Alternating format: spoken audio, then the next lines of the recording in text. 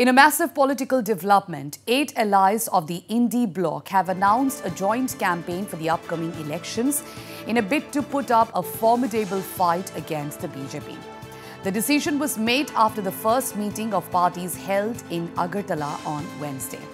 The parties urged the voters to exercise their franchise judiciously in favour of the Indy alliance. Addressing the media, leader of opposition Jitendra Chaudhary said that despite the parties having ideological differences, the alliance was necessary for all-round development. He further revealed that a 25-member election management committee has also been formed.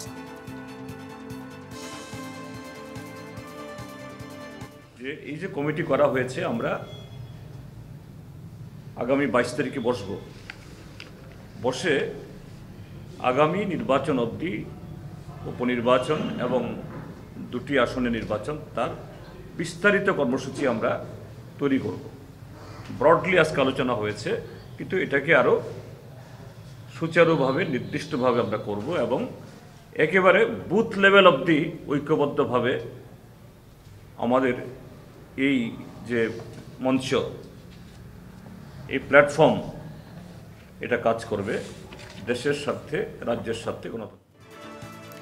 Meanwhile, also speaking on the occasion, senior Congress leader Sudeep Roy Burman appealed to people to vote for the opposition candidates, even as he lashed out at Biplab Kumar Deb and Kriti Singh Deb Burma, the BJP candidates for Tripura West and East seats respectively. আমরা এই রাজ্যবাসীর কাছে আমরা অনুরোধ জানাবো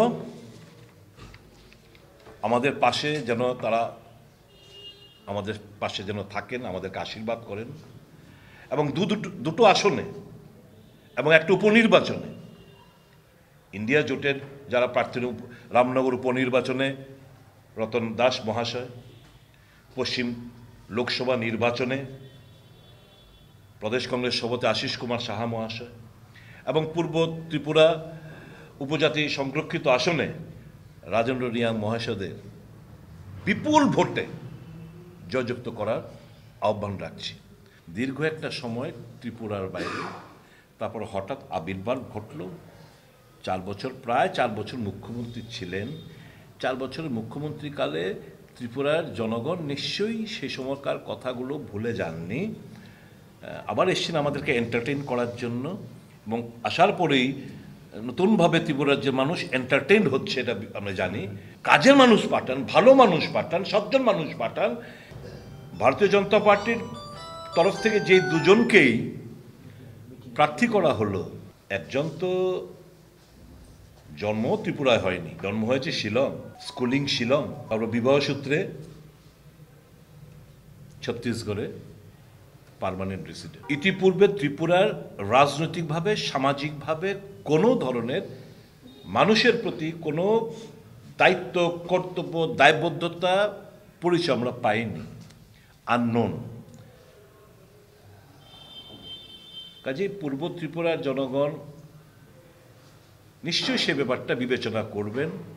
ऐसा करेंगे तैसा करेंगे, ऐसा ला देगा वैसा ला देगा, constitution solution, one last fight, no compromised, পয়লা জাতি, উলা পার্টি থেকে শুরু করে সব কত কিছু না বলল।